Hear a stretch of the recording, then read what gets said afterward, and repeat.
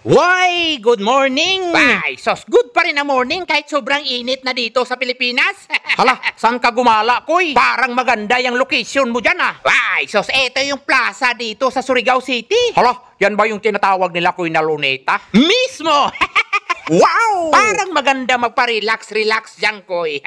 Why, sos, yan na nga sinasabi ko sa inyo. Maliban sa maganda yung tanawin dito sa luneta. Why, sos, pwede ka rin magpa-relax, magpamasahe. Wow, ka-nice, oy! Why, sos, pwede ka nga magpabunot ng ingron dito habang kumakain ng ice cream. Tapos, heto pa, sa sobrang linis ng public toilet nila dito. Why, sos, ganahan ka talaga magpabalik-balik sa loob. Tapos, gwapo pa yung nasa salamin. Hayan, oh!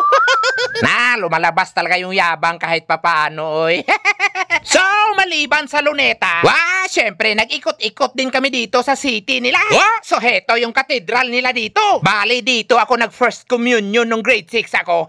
Tapos, heto naman yung pantalan ng Surigao City. Naka-nice, oy. Why, sos, mas nice talaga yung susunod na lugar na puntahan natin. Hala, yan ba yung mga tourist spot, Koy? Yung mga espesyal na lugar? Special from Surigao. Why, sos, huwag ka na magtanong. Manood ka na lang.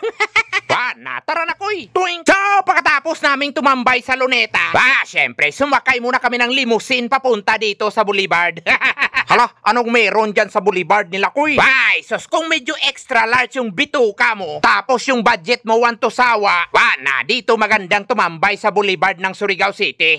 Obserbahan ninyo. Ay, sos, kaliwat kanan yung pagkain, oy. Tapos, hayan, obserbahan nyo naman yung ambience. Nasa tabing dagat, kaya sariwang-sariwa yung hangin. Parang si Makuya. Uy, sumaya-maya, heto na. Napadaan kami ni Mrs. dito sa paborito naming exotic food. Ipakita mo, Koy. Ay, sus, kalami jaon-jawa. Syempre, hindi rin magpatalo si Mrs. Bumanat din siya ng 4 na piraso. Anong lasa, mami? Panalo? Kulirit lami ay jawa. Syempre, tuloy-tuloy na yung food trip namin ng balut. So, pagkatapos namin mag-food trip ng exotic food, syempre, humirit pa si Mrs. ng ibang pagkain. Gamitan mo ng kanang kamay, mami, para kitang-kita yung mga naka-layaway plan mo na alahas. So, bali pasilip lang to sa susunod natin na video. Hala, bali patikim lang pala to, Koy. Ay, sos, abangan nyo yung full video neto para makita nyo yung lakwat sa ko dito sa Surigao.